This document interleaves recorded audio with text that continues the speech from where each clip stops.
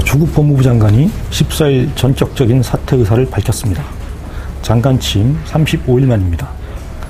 조 장관 사퇴 시점을 두고는 그동안 여권 내에서 세 가지 전망이 나왔다고 합니다. 첫째, 사법개혁, 패스트트랙 법안 처리를 마무리하고 질서 있는 퇴각을 하자는 주장. 둘째, 부인 정경심 교수의 구속영장 발부 여부를 보고 판단하자는 주장. 셋째, 검찰의 영장 청구 이전에 자체 검찰개혁 성과를 발표하면서 거취를 선제적으로 정리하자는 주장. 이 세 가지입니다. 조 장관은 결국 14일 정부 차원에서 처리할 수 있는 검찰개혁 방안을 발표한 직후 사의를 표명함으로써 세 번째 방식을 택했습니다. 조 장관이 이런 방식을 택한 이유는 두 가지로 보입니다. 정경심 교수의 영장 발부를 지켜보고 진퇴를 결정할 경우에 검찰에게 국면 선택에 주도권을 내주는 결과를 빚게 됩니다. 검찰 수사를 둔 논란과 여론 분열이 계속 이어질 수 있다는 점도 우려한 것으로 보입니다. 이와 함께 패스트트랙 처리까지 기다리기엔 최근 문재인 대통령의 국정 지지율과 더불어민주당 지지율이 최저치를 경신하는 등 여론 동향의 이상 신호가 너무 커졌기 때문이라는 분석도 나옵니다.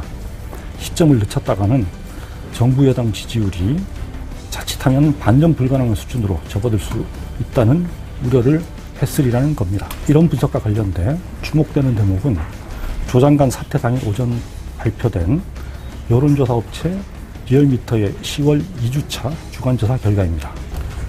표지 오차는 95% 신뢰 수준에서 플러스 마이너스 2%포인트로 나타났습니다. 이걸 보면 문 대통령에 대한 국정 지지율은 41.4%, 전주보다 3.0%포인트가 떨어진 그 취임 이후 최저치를 기록한 것이고요.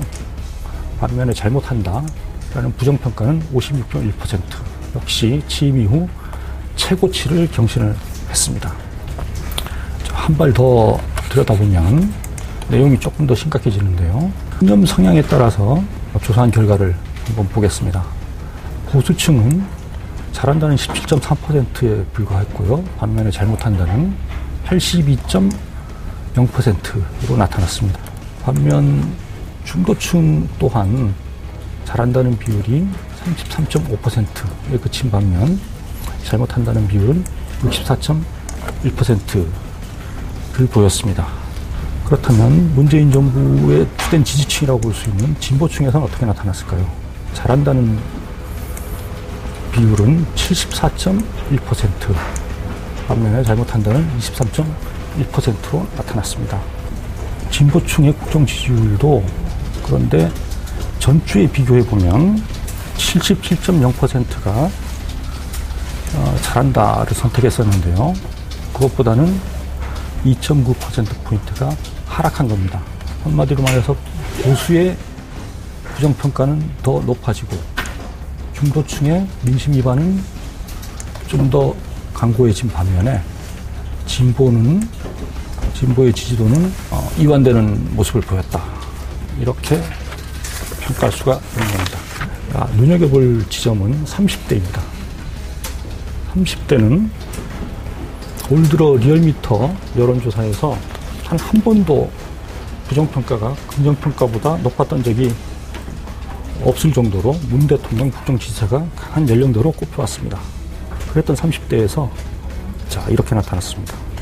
이번에는 처음으로 47.5%, 잘못한다가 49.6%로 역전하는 그런 결과를 나타낸 겁니다. 전주보다 긍정평가는 무려 11%포인트가 급락을 했고요. 반면에 부정평가는 11.1%포인트가 올라간 수치로 나타난 겁니다. 결국 중도층은 물론 지지층에서조차 민심 위반 조짐이 드러난 상황이 조 장관 사퇴 시점을 앞당기는 요인으로 작용했을 가능성이 큽니다. 그렇다면 조 장관 사퇴는 국정 지지율에는 앞으로 어떤 영향을 주게 될까요? 문 대통령과 여당 지지율 하락 추이를 반전시킬 극적 계기가 될 수 있을까요? 아니면 이미 대통령 사과를 요구하며 공세 수위를 높이고 있는 자유한국당 등의 유리한 상황으로 흘러가게 될까요? 물론 어느 쪽으로도 현재로선 속단하기 어렵습니다. 다만 한 가지, 지금과는 다른 국면으로 넘어갈 수 있는 기점이 만들어졌다. 그것을 조 장관이 만들어냈다라는 점은 분명해 보입니다. 후임 인사에서 검찰개혁과 공정성이라는 과제가 얼마나 담보될 수 있을지, 검찰의 주국가격 수사 결과가 어떤 평가를 받을지 등의 변수에 따라서 새 국면의 여론 흐름은 또 한 번 요동칠 가능성이 있습니다. 특히 조 장관의 예상을 앞선 사태로 검찰 수사에 대한 반감이 증폭되면서 여론 흐름을 바꿀 수 있다는 전망도 제기되는 사안입니다. 앞으로도 여론조사를 주의 깊게 살펴 신문 방송에선 말해주지 않는 분석 포인트를 들고 다시 찾아뵙겠습니다.